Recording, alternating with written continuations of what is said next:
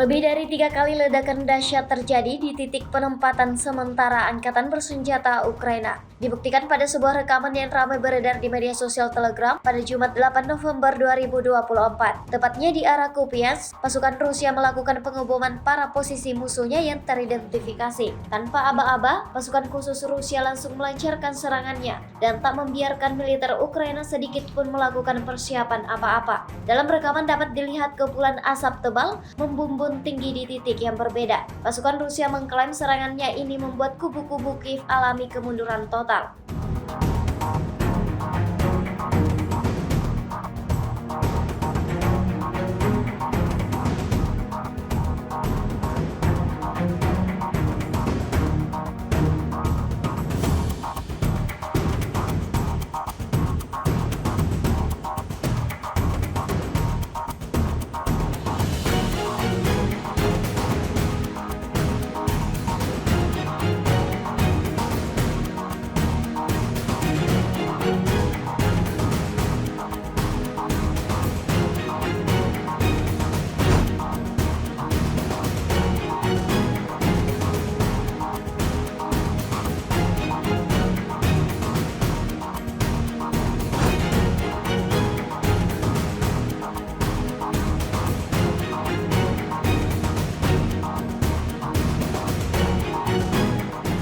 Download Tribun X sekarang, menghadirkan lokal menjadi Indonesia.